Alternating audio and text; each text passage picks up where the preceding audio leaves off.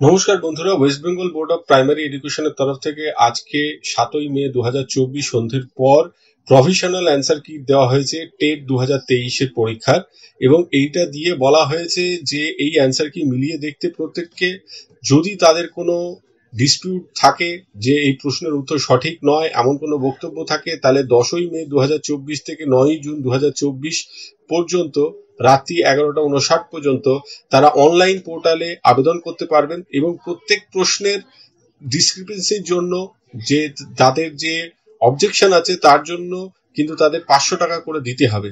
এবার এখানে একটি বিষয় রয়েছে, যদি তাদের যে অবজেকশন তারা রেইজ করবেন সেটা যদি ভুল হয় এক্সপার্টদের দ্বারা, তাহলে সেই টাকাটা কিন্তু ফরফিট হয়ে যাবে। কিন্তু যদি তারা সঠিক অবজেকশন করে থাকেন তাহলে সেই টাকাটা তারা ফেরত পেয়ে যাবেন, এনইএফটি করে তাদের ফেরত দিয়ে দেওয়া হবে, সে কথাও বলা রয়েছে।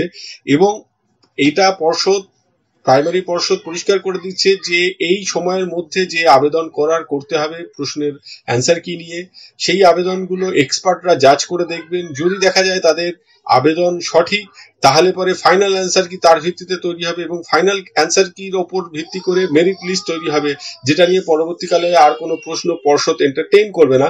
পাশাপাশি এর যে যদি এর পর আর কোনো গ্রিভেন্স কোনোভাবে করতে চায়, ডেট যে রেজাল্ট 2023 ডিক্লেয়ার হয়ে যাবে, তখন আর সেই গ্রিভেন্স কিন্তু পর্ষদ গ্রহণ করবে না।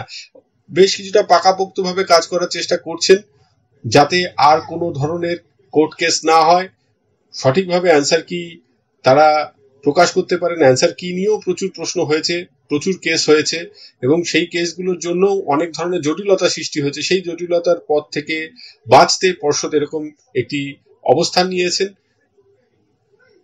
এর সাথে রয়েছে বিভিন্ন অ্যান্সার কি গুলো। আমি এই ডকুমেন্টটা আমার এই ডেসক্রিপশন বক্সে দিয়ে দিচ্ছি, আপনারা পর্ষদের ওয়েবসাইটেও পেয়ে যাবেন, এই ভিডিওর ডেসক্রিপশন বক্স থেকেও ডাউনলোড করে নিতে পারবেন। আজকে এইটুকুই, সকলে ভালো থাকবেন, সুস্থ থাকবেন, ধন্যবাদ।